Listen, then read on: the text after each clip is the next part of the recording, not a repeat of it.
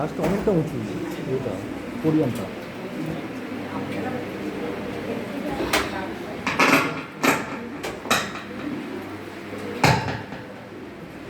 শোনা যাচ্ছে?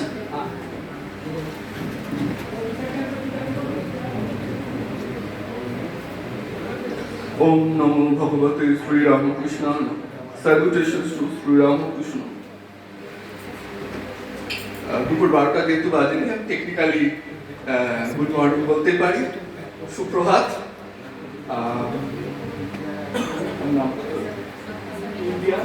Indian institute of education, Indian institute of education, এই মহাবিদ্যালয়ের সাথে সংশ্লিষ্ট যারা উপস্থিত আছেন সকলকে শ্রদ্ধা ও নমস্কার জানাই। বিভিন্ন বিদ্যার্থীরা যারা এসেছেন তাদেরকেও শ্রদ্ধা ও নমস্কার জানাচ্ছি। আলাদা করে নাম করছি না শর্ট টাইমের জন্য। এবং পার্টিসিপেন্টস যারা আছেন, যারা এখানে উপস্থিত হয়েছেন এবং যারা অনলাইনে বলবেন, তাদের সকলকেও শ্রদ্ধা নমস্কার। রিসোর্স পার্সনদের মধ্যেও কেউ কেউ অনলাইনে বলবেন, তাদেরকেও আমি অ্যাডভান্স শ্রদ্ধা নমস্কার জানিয়ে রাখলাম। আজকের যে এক দিবসীয় সেমিনার, তার মূল প্রতিপাদ্য যে বিষয় ঠিকটি রাখা হয়েছে, preparing future educators for a changing world. পরিবর্তনশীল যে পৃথিবী, সেই পৃথিবীতে শিক্ষার আঙিনায় ভবিষ্যতের যারা এডুকেটার্স তাদের কি করণীয়, সেটাকে মূলত perspective on pedagogy, policy and practice, এই লেন্স দিয়ে দেখার একটা প্রয়াস সারাদিন ব্যাপী এখানে হবে।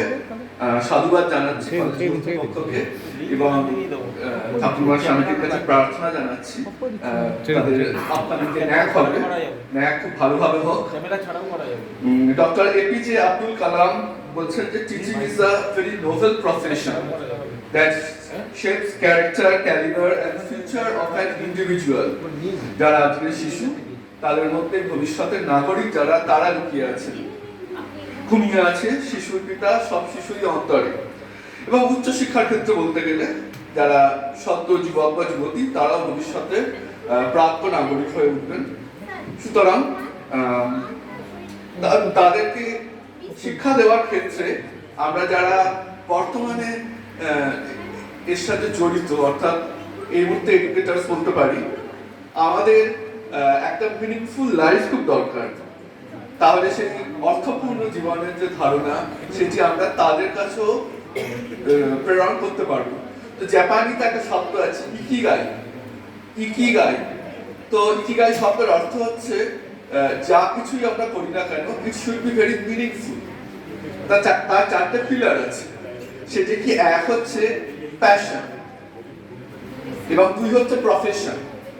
সুতরাং প্রফেশন আমরা যেটা চুজ করব, সেটা এটা হলো না তাহলে এটা করি, এইরকম মনোভাবটা কাঙ্ক্ষিত নয়। একটা প্যাশন থাকা খুব জরুরি। সেই প্যাশনটা কি প্রফেশন হয়ে যায়, তাহলে আমি ব্লেসড। দুটো পিলার হলো। থার্ড পিলার ইকিগাই বলছে, সেটি হচ্ছে ভোকেশন। প্রফেশন করলেই তো হবে না। ক্ষুধার রাজ্যে পৃথিবী গদ্যময়, পূর্ণিমা চাঁদ যেন ঝলসানো রুচি। সুতরাং অর্থের একটা প্রয়োজন আছে বলতে। এই তিনটে মিটে গেলেই হলো না, এরপরেও একটা আছে, এটা হচ্ছে মিশন। শিক্ষক হিসেবে আমার কিছু দায় থেকে যায় সমাজকে দিয়ে যাওয়ার, সমাজকে উপহার দিয়ে যাওয়ার। তো এই চারটে যদি মিলে যায় তাহলে কেমন হয়? চেতন ভগতের একটা উপন্যাস আছে, সামওয়ান 5 পয়েন্ট সামওয়ান, আমার নামটা একটু মনে করতে পারছি না, one should not do in IIT, যেটা থেকে লুজলি বেসড করে রাজকুমার হিরানি 3 ইডিয়টস সিনেমাটি বানিয়েছিলেন। এখন আমি সন্ন্যাসী মানুষ, আমি সিনেমা দেখলাম কি করে? কারণটা হচ্ছে আমি সেই সময় একটি আবাসিক স্কুলে ছিলাম, সেখানে ছাত্রদের দেখানো হয়েছিল, সেই জন্য বাই ডিফল্ট দেখে ফেলেছি। তো ওখানে একটি চরিত্র ছিল, সম্ভবত তার নাম ফারহান কুরেশি, মাদাবার অভিনীত চরিত্রটি। তার ইচ্ছা ছিল ওয়াইল্ড লাইফ ফটোগ্রাফার হবে। তো তার জীবনে সবকিছু ঠিক খাপে খাপে হয়ে গিয়েছিল। প্যাশনটাই পরে প্রফেশন হলো, প্রফেশনটা ভোকেশন হলো, সে তার ক্ষেত্রে এস্টাবলিশড হলেন। তো আমরা যারা টিচার এডুকেটার্স এখন এবং ভবিষ্যতে যারা তৈরি করছি টিচার এডুকেটার্স, তৈরি করছি বলাটা ভুল, সাহায্য করছি গাছ বেড়ে ওঠার ক্ষেত্রে, তাদের এই মিনিংফুল লাইফটা থাকা খুব জরুরি। পলিসি, স্কিমস, এইটা করতে হবে প্রফেশনাল ডেভেলপমেন্টের জন্য, এগুলো তো আছে। তারপরে এটা থাকাও খুব জরুরি। আমেরিকার একজন প্রখ্যাত motivational writer William Arthur bird, তিনি বলছেন তার বিখ্যাত উক্তি এটা, যে দ্য মিডিওকার টিচার টেলস। যারা মিডিওকার টিচার তারা জাস্ট বলে যান, পড়লাম, পড়ে এসে ক্লাসে বলে গেলাম। কিন্তু যারা গুড টিচার, দে এক্সপ্লেইন, তারা ব্যাখ্যা করেন। Superior teacher demonstrate and great teacher inspires. তো অন্যকে ইন্সপায়ার করতে গেলে আমাদের নিজেদেরকে তো ইন্সপায়ার হওয়াটা খুব জরুরি। ইন্ট্রিনসিক মোটিভেশন আমাদের মধ্যে থাকাটাও জরুরি। সুতরাং এই বিষয়ে আমাদের একটু খেয়াল রাখতে হবে। তো আজকের যে মূল থিম, তার প্রতিপাদ্য যে বিষয়টি, preparing future educators for a changing world, perspective on pedagogy, policy and practice, সেখানে চারটি যে থিম যেটি নিয়ে আজকে সারাদিনে বিভিন্ন আলোচনা প্রেজেন্টেশন হবে। Breathing pedagogy for the next generation, policy, governance and the future of teacher education, technology, innovation and evolving role of teachers, এবং equity, inclusion and social responsibility of teacher education। এবং এর মধ্যে সাব থিম হিসেবে উঠে আসবে inquiry-based learning, multilingual classroom, NTP তো অবশ্যই আসবে, competency-based standards, digital pedagogy, artificial intelligence, inclusive education, community engagement ইত্যাদি ইত্যাদি অনেক কিছু। অতি সম্প্রতি 2020-তে যে নতুন এডুকেশন পলিসি হয়েছে, সেটিকে যদি এসেন্স করা যায়, ব্রিফ করে, তার সারাংশ যে চারটি পিলার উঠে আসবে সেগুলি: এক হচ্ছে অ্যাক্সেস, শিক্ষা সবার কাছে পৌঁছে যাবে; দুই হচ্ছে ইকুইটি, অসাম্য যেন না থাকে; তিন হচ্ছে অতি অবশ্যই উৎকর্ষতা, কোয়ালিটি; এবং চতুর্থ হচ্ছে অ্যাফোর্ডেবিলিটি অ্যান্ড অ্যাকাউন্টেবিলিটি। তো এর সাথে সাযুজ্য রেখে টিচার এডুকেশনের ক্ষেত্রে যে কি পেডাগজিক্যাল শিফটগুলো অলরেডি ইনকর্পোরেটেড হচ্ছে এবং ভবিষ্যতে হবে, সেটাকেও যদি পয়েন্ট বাই পয়েন্ট ছুঁয়ে যাওয়া যায়, অনেকটা এরকম হবে। Multidisciplinary curriculum, active and experiential learning, integration of technology, যেখানে ডিজিটাল পেডাগজি, ব্লেন্ডেড লার্নিং ইত্যাদি যেগুলো আছে এই থিমে, ইউটিলাইজেশন অফ লোকাল ল্যাঙ্গুয়েজেস, সেটাও থিমে আছে, fostering inclusive and equitable classrooms and formative assessment.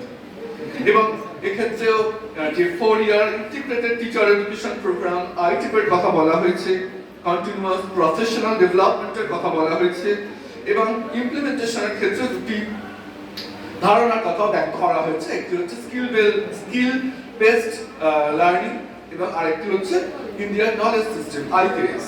এগুলো ছড়িয়ে ছিটিয়ে আছে, কোথাও প্রত্যক্ষভাবে, কোথাও বা অনুষঙ্গ হিসেবে।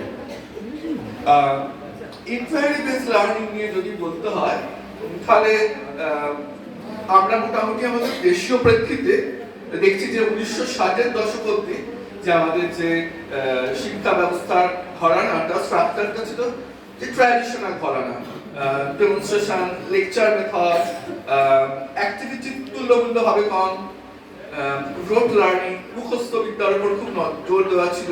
মুখস্থ বিদ্যা কিন্তু ভালো একদিক দিয়ে, আগেকার দিনে বেদ শুনে শুনে মানুষ মনে রাখতো, তাই শ্রুতি বলা হতো। মুখস্থ বিদ্যার একটা দিক অতি অবশ্যই ভালো, কিন্তু সর্বক্ষেত্রে সেটা অ্যাপ্লিকেবল নয়। তো এই সমস্ত নানাবিধ চিন্তা ভাবনা থেকেই 1960-এর দশক থেকেই প্রাচীন যে প্রচলিত ধারণার বিপ্রতীপে ইনকোয়ারি বেসড লার্নিং এর ধীরে ধীরে তার সূচনা হতে থাকলো। এবং এর যদি উৎসমুখ খোঁজা যায়, আতুর ঘরটা গঠন মানে কনস্ট্রাকটিভিজম, যেখানে আপনার আমাদের ভাইগসনি, পিয়াজে, এদের যে থিওরিসগুলো আছে, এগুলো হচ্ছে কনস্ট্রাকটিভিজমের মূল ধারণা। তার মধ্যে থেকে বিভিন্ন থিওরিস তারা দিচ্ছেন।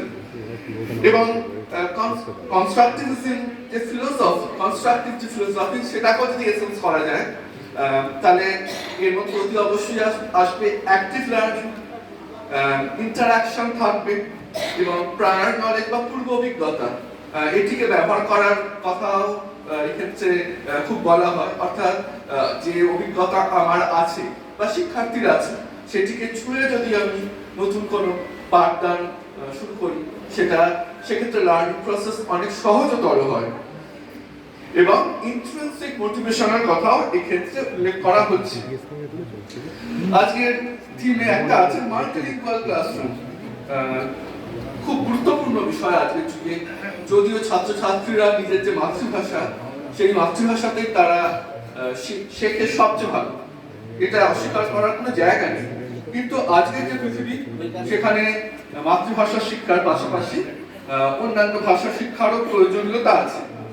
ইউনেস্কো প্রদত্ত যে তথ্য থেকে আমরা পাই যে যারা মাতৃভাষার মাধ্যমে রিসোর্স, একাডেমিক রিসোর্স খোঁজে, অনেক ক্ষেত্রে দেখা যায় যে 40% ক্ষেত্রে হায়ার এডুকেশনের ক্ষেত্রে তারা রিসোর্স ততটা অ্যাভেলেবল নেই। তাই বর্তমান যুগে এর প্রাসঙ্গিকতা যথেষ্ট আছে। এই নিয়েও নিশ্চিতভাবে তারা পেপার প্রেজেন্ট করবেন, কেউ না কেউ এই বিষয়টাও তুলে ধরবেন। মাল্টিলিঙ্গুয়াল ক্লাসরুমের যে সুবিধাগুলো সেগুলোকেও যদি একটা ছাতার তলায় আনা যায় তাহলে কি কি হবে। একটা হচ্ছে যে আমাদের যে মস্তিষ্কে যে হোয়াইট ম্যাটার, গ্রে ম্যাটার এগুলো আছে, তো রিসার্চের থেকে এটা দেখা গেছে যে মাথার যে গ্রে ম্যাটার মস্তিষ্কে, সেটি যত একাধিক ল্যাঙ্গুয়েজের দ্বারা শিক্ষণ প্রণালী ছাত্রদের ক্ষেত্রে শিক্ষণ প্রণালী লার্নিং প্রসেস যদি একাধিক ল্যাঙ্গুয়েজের দ্বারা সংগঠিত হয়, অতি অবশ্যই একদম শিশু অবস্থায় না, একটু ম্যাচিওর অবস্থায়, তাহলে ব্রেন ম্যাটার্স কার্যকরী হয়, সক্রিয় হয় এবং ক্রিয়েটিভিটি বা সৃজনশীলতার যে উন্মেষ এটিও অপেক্ষাকৃত অধিক দেখা যায় এই মাল্টিলিঙ্গুয়াল ক্লাসরুম যদি থাকে সেক্ষেত্রে। যারা এইরকম মাল্টিলিঙ্গুয়াল ক্লাসরুমে অভ্যস্ত যে সমস্ত বাচ্চারা বা ছাত্ররা, তাদের মধ্যে সচরাচর দেখা গেছে জড়তা কম, তারা নিজেকে সহজে সেলফ এক্সপ্রেস করতে পারে। তাদের মধ্যে দেখা গেছে যে এগুলো সবই কিন্তু ইন জেনারেল, ব্যতিক্রম সব জায়গাতেই থাকে। তো এমপ্যাথেটিক যে মনোভাব, সহমর্মিতা, এই বোধটা তাদের মধ্যে বেশি দেখা যায় এবং স্বাভাবিকভাবেই বাই ডিফল্ট হিসেবে মাল্টিলিঙ্গুয়াল ক্লাসরুমের একটা সুবিধা দুটো। এক হচ্ছে যে পরবর্তীতে যে আমাদের জব প্রসপেক্ট অনেকটা বেড়ে যায় এবং আজকের বিশ্বে যে স্থিতিশীল উন্নয়ন, সাস্টেনেবল ডেভেলপমেন্ট, বিশ্ব শান্তি, পিস এডুকেশন, এইগুলোর ক্ষেত্রেও পরোক্ষে ভূমিকা গ্রহণ করে এই মাল্টিলিঙ্গুয়াল ক্লাসরুম অ্যাপ্রোচ।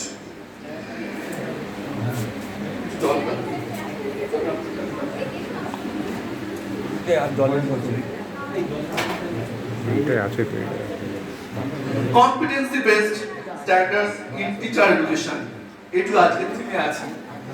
তো এক্ষেত্রেও এডিপি 2020 অনেক কিছু বলেছেন, তার মধ্যে একটি হচ্ছে যে যদি আমরা ধরি national professional standards for teachers এনপিএসটি, যেখানে কম্পিটেন্সি যোগ্যতা টিচারের ক্ষেত্রে কম্পিটেন্সির যে সূচকগুলো তারা বলছেন যে knowledge plus skills plus understanding plus values plus attitude plus desire, এগুলো সব যদি একত্রিত হয় তাহলে একজন শিক্ষক ঠিক যোগ্য শিক্ষক হয়ে উঠতে পারে। তারা তিনটি ডোমেনের কথা বলছেন। প্রথম ডোমেনটি হচ্ছে কোর ভ্যালুস এন্ড এথিক্স, দ্বিতীয়টি নলেজ এন্ড প্র্যাকটিস, তৃতীয়টি প্রফেশনাল গ্রোথ এবং 3 নম্বর সেটি হচ্ছে টিচারদের যে প্রোফাইল হবে, কে কোন ক্যাটাগরিতে পড়বেন এবং এক্ষেত্রে টিচারদের যে প্রফেশনাল ডেভেলপমেন্ট যে হচ্ছে সেক্ষেত্রে ফার্স্ট লেভেলে যদি প্রফিশিয়েন্ট টিচার থাকেন, তিনি পরবর্তীতে অ্যাডভান্স বা একদম শেষে এক্সপার্ট টিচারে পরিণত হবেন।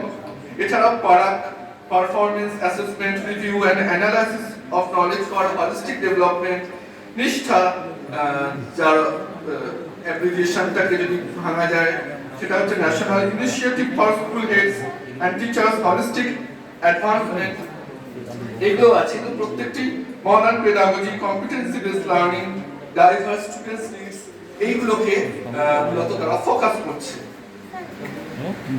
এবং আরেকটা খুব গুরুত্বপূর্ণ বিষয় আজকের সেমিনারেও রাখা হয়েছে সাবথিম হিসেবে, যেটা হচ্ছে আর্টিফিশিয়াল ইন্টেলিজেন্স।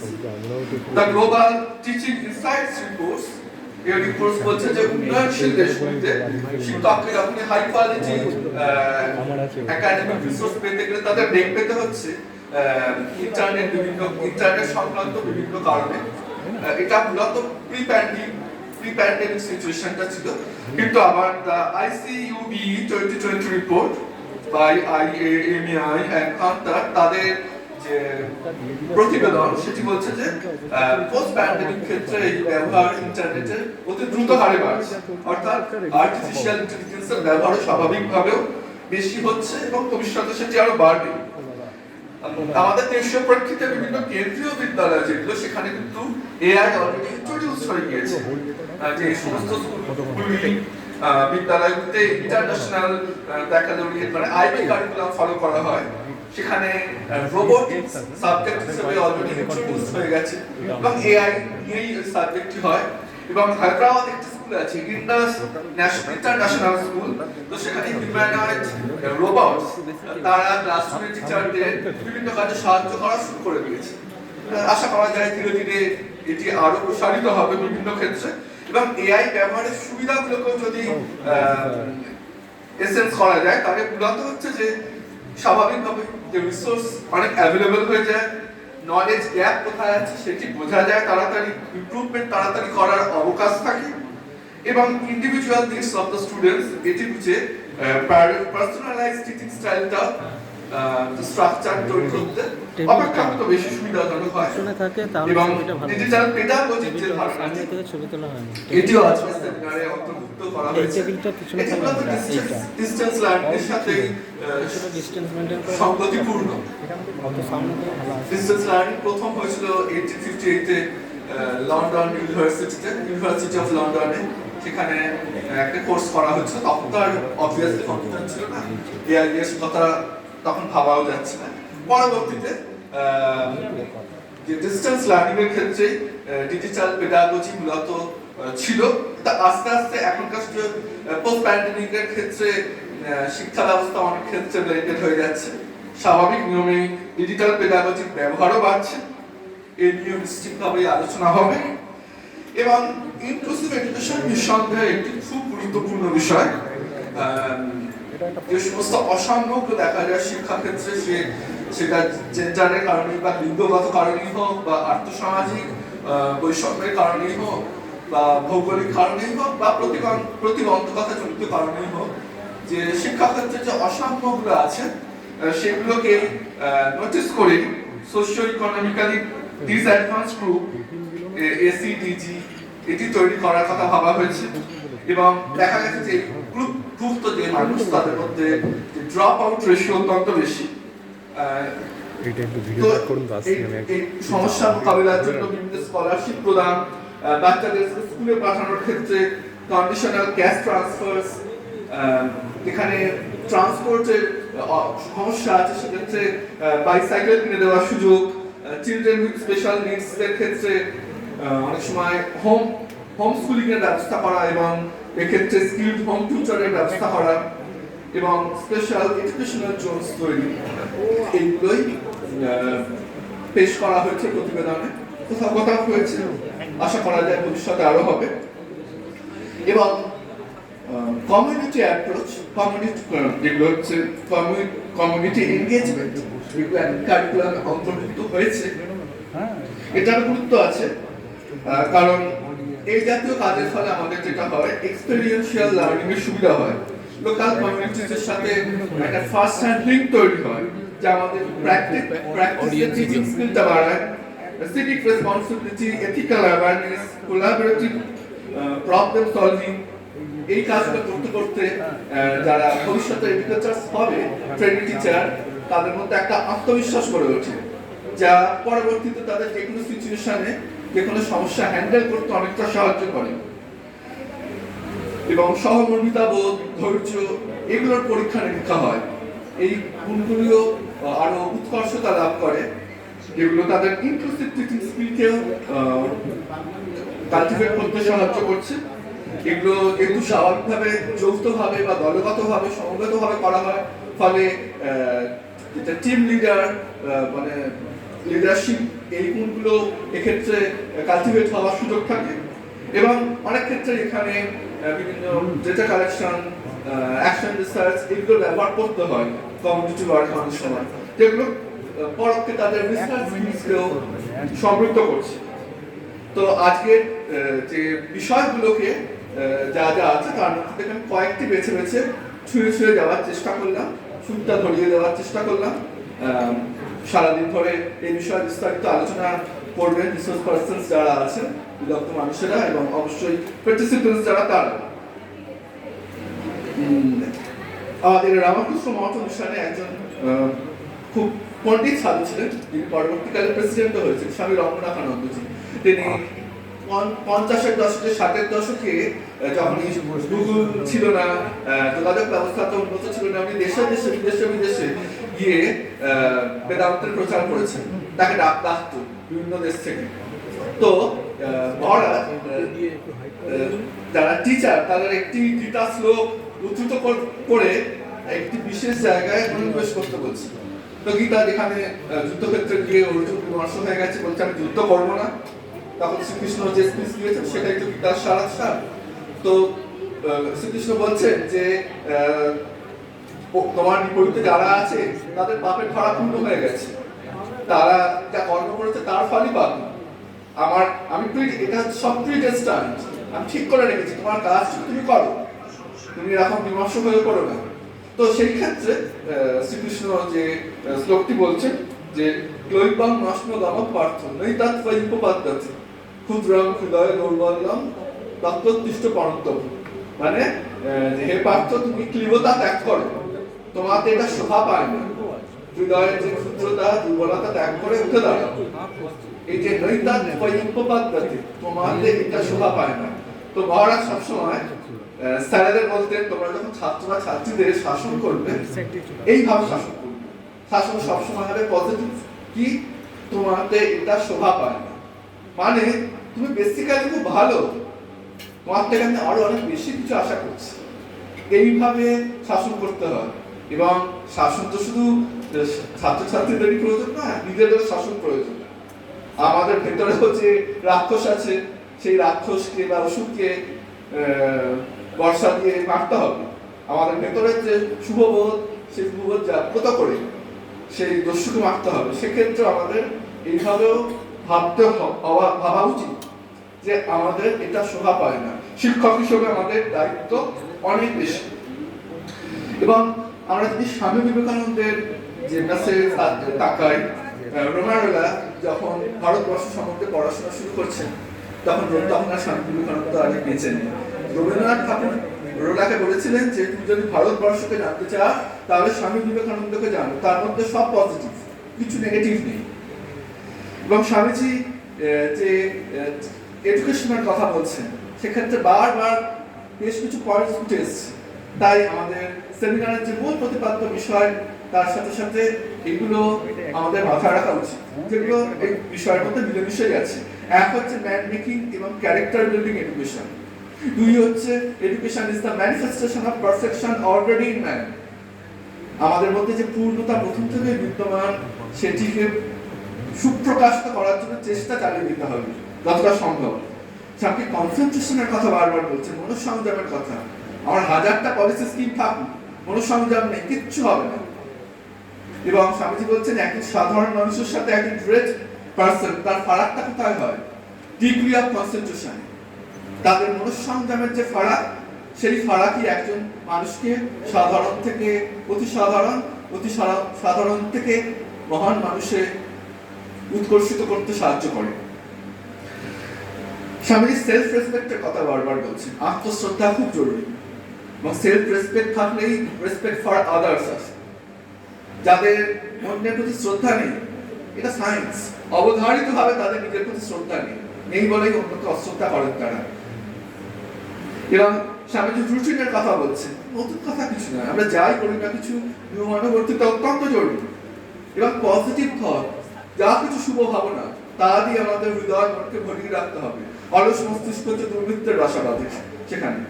এবং পজিটিভ থিঙ্কিং সবসময় কি ফল দেয়? Positive action. পজিটিভ অ্যাকশন কি ফল দেয়? Positive habit. পজিটিভ হ্যাবিট থেকে আসে পজিটিভ ক্যারেক্টার, সেটাই আমাদের পজিটিভ ডেস্টিনি করে তোলে। স্বামীজি বলছেন ওভারকাম লেথার্জির কথা। এখন ছোট ছোট কথা, বাবা মা ছোটবেলা থেকে বহুবার বলেছেন, বড়রা বলেছেন, কিন্তু ওই তামসিকতাকে পরিত্যাগ করতেই হবে। ফেস দ্য রুট, হাজারটা প্রতিকূলতা আসবে, লড়াই করতে হবে। ইনকালকেট পজিটিভিটি, রিমুভিং নেগেটিভিটি, যা কিছু নেগেটিভিটি আছে সব শরীর মনকে পজিটিভিটি দিয়ে ভরিয়ে দিতে হবে। স্পঞ্জের মতো নিতে হবে, যেখানে যা কিছু ভালো আছে স্পঞ্জের মতো নিয়ে নিজের মধ্যে আত্মস্থ করার চেষ্টা করতে হবে। স্বামীজি সেই যুগে দাঁড়িয়ে ওমেন্স এডুকেশনের কথা বারবার বলছেন যে সমাজ হচ্ছে একটা পাখির মতো। পাখি দুটো পাখায় ওড়ে, একটা পাখা যদি কেটে দেওয়া হয় তাহলে পাখি যেমন উঠতে পারবে না, তেমনি সমাজও এগিয়ে যেতে পারবে না যদি একটা অংশ পিছিয়ে থাকে। সেই যুগে মেয়েরা পিছিয়ে ছিল, তাই ওমেন্স এডুকেশনের কথা বলছেন স্বামীজি। যারা মার্জিনালাইজ পিপল, প্রান্তিক মানুষজন, তাদেরকেও এগিয়ে এনে সমতার কথা বারবার বলে গেছে, যাই পরবর্তীকালে আমরা ইনক্লুসিভ এডুকেশনকে হিসাবে লিখতে পারি। এবং এর সাথে সাথে এটাও জরুরি, লাভ ফর আদার্স, যেটা আরো এক্সটেন্ডেড হয়ে পজিটিভ ন্যাশনালিজম, সদর্থক জাতীয়তাবাদের দিকে আমাদের নিয়ে যায়। এবং সদর্থক জাতীয়তাবাদের হাত ধরে আমরা ঠিক ইন ট্রু সেন্স আন্তর্জাতিক হয়ে উঠতে পারি। এবং আমি শেষ করছি, আমরা সবাই জানি যে আব্রাহাম মাসলোর যে নিড চাহিদার যে হায়ারার্কি তিনি করে দিয়েছিলেন, তিনি বলছেন একদম বেসিক লেভেলে আছে সাইকোলজিক্যাল নিডস, প্রত্যেকটি মানুষের একদম যে গ্রস চাহিদা, খাবার, ঘুম ইত্যাদি ইত্যাদি। তারপরে বলছেন সেফটি নিডস, আত্মরক্ষার চাহিদা। তারপরে বলছেন বিলঙ্গিংনেস, জীবন যুদ্ধে লড়ছি, কেউ একজন তো আছে আমার, সেইখানে আমি আসবো। বটবৃক্ষ হয়ে তিনি আমার ছায়া দেবেন, বাবা হতে পারেন, মা হতে পারেন, স্বামী স্ত্রী, বন্ধু বান্ধব, যে কেউ হতে পারে। কিছু কিছু মানুষ এই স্তরটাকে অতিক্রম করে যান। এরপরেই মাসলা বলছেন সেলফ অ্যাকচুয়ালাইজেশনের কথা, কিন্তু এক্স্যাক্টলি এই বিলঙ্গিং নিড আর সেলফ অ্যাকচুয়ালাইজেশনের মাঝে আর কতগুলো মানে ছোট ছোট জায়গা আছে, যেমন এগুলো হচ্ছে কগনিটিভ নিড, মননগত যে চাহিদা। এর উদাহরণ হতে পারে, উদাহরণ দিয়ে বলি, গায়ত্রী চক্রবর্তী স্পিভাকের নাম আমরা শুনেছি তো, মাথা নাড়ছে, সবাই নাড়ছে না, জানা উচিত, কিন্তু না জানাটা অন্যায় নয়। কিন্তু যখন কিছু শুনবো, হয়তো উচ্চ শিক্ষার আঙ্গিনায় চলে এসেছে তাই বলছে, না জানতেই পারে, নোট করে মাথায় সেট করে রাখবো, সঙ্গে সঙ্গে গুগল খুলে দেখবো। এইভাবেই অনুসন্ধিৎসু মন জ্ঞানের পরিধিকে বাড়িয়ে দেয়। তো স্পিভাক একজন অত্যন্ত বিদুষী নারী, কিছুদিন আগে একটা পুরস্কার পেলেন, যেটিকে সোশ্যাল সায়েন্সের ক্ষেত্রে নোবেল বলা হয়। তো উনি রামকৃষ্ণ মঠমিশনের দীক্ষিত, ওর বাবা ছিলেন মা শারদার দীক্ষিত। তো 1970s উনি যখন গেলেন নিউ ইয়র্কে, কলাম্বিয়া ইউনিভার্সিটিতে, তো তখন বেদান্ত সোসাইটি অফ নিউ ইয়র্কে ছিলেন স্বামী পবিত্রানন্দজি মহারাজ। তার কাছে গিয়ে গায়ত্রী বলছেন যে মহারাজ, আমার এই ঠাকুরটুকুর সব মাথাতে করে যাচ্ছে, আমাকে একটা সলিউশন দিন, এবং এমন সলিউশন দেবেন যেটা আমার মাথায় ঢোকে, খুব হায়ার কিছু বলবেন না। তখন পবিত্রানন্দকে একটা সলিউশন দিয়েছিলেন, বলছেন যে কি আর করবি বল, এখন থেকে এই পড়াশোনাই তোর সাধনা হবে, আধ্যাত্মিক সাধনা। এটি উনি গল্প করেছেন। এখন বেদান্ত সোসাইটি অফ নিউ ইয়র্কে যিনি হেড, তিনি হচ্ছেন স্বামী সর্বপ্রিয়ানন্দজি মহারাজ। আমি যে ইনস্টিটিউশন থেকে এসেছি, উনি সেই ইনস্টিটিউশনের আগে একসময় প্রিন্সিপাল ছিলেন, ইউটিউবে অনেক লেকচার আছে না, উনি গল্প করেছেন এটা। তো গায়ত্রীর বয়স এখন প্রায় 80। এই বয়সেও তিনি একা মানুষ, সারাক্ষণ পড়াশোনা করছেন, একটার পর একটা পড়াশোনা করছেন, দাপিয়ে বেড়াচ্ছেন। এই ঝাড়খণ্ড অঞ্চলে ওনার বাবার স্মৃতিতে বহু স্কুল আছে, প্রান্তিক ছেলে মেয়েদের জন্য সেই স্কুল চালাচ্ছেন। এই এত উৎসাহ এনার্জি প্রত্যেকে আসে, এই কগনিটিভ নিড, আরো জানবো, পড়াশোনা করবো। আরেকটা হয় এর থেকে আরেকটু উপরে অ্যাস্থেটিক নিড।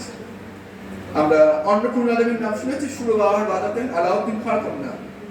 জানি, মাথা নাড়ছে না বেশি, জানতে হবে, জিকে এইভাবেই তো পারে, জানতে হবে বিভিন্ন ক্ষেত্রে যারা প্রথিত যশা মানুষ।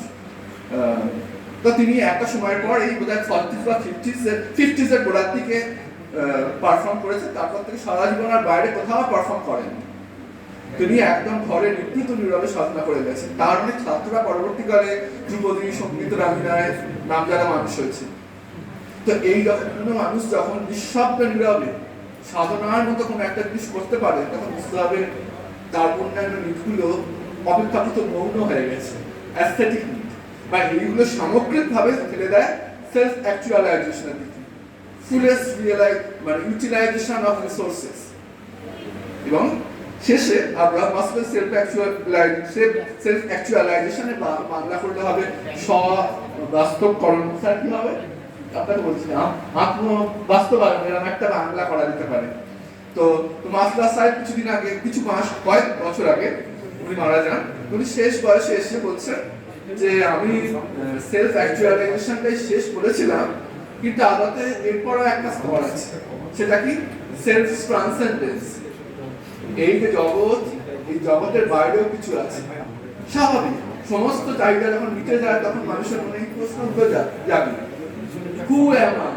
আমি কোত্থেকে এলাম, কোথায় যাব? এরপরে আর হয় না। সুতরাং এরপরেরটাতে নিজেকে সেই জায়গায় পৌঁছে বুঝতে হয়। ঠাকুরমা স্বামীজির কাছে প্রার্থনা জানাচ্ছি আজকের এই সেমিনার খুব সফল হোক, এবং যারা পেপার প্রেজেন্টেশন করবেন তারা ভবিষ্যতে যে জীবন সেখানে এগিয়ে যাক। এবং কলেজ কর্তৃপক্ষকে আবার ধন্যবাদ জানিয়ে আমার বক্তব্য শেষ করছি। শ্রী সারদার কর্মসূচি।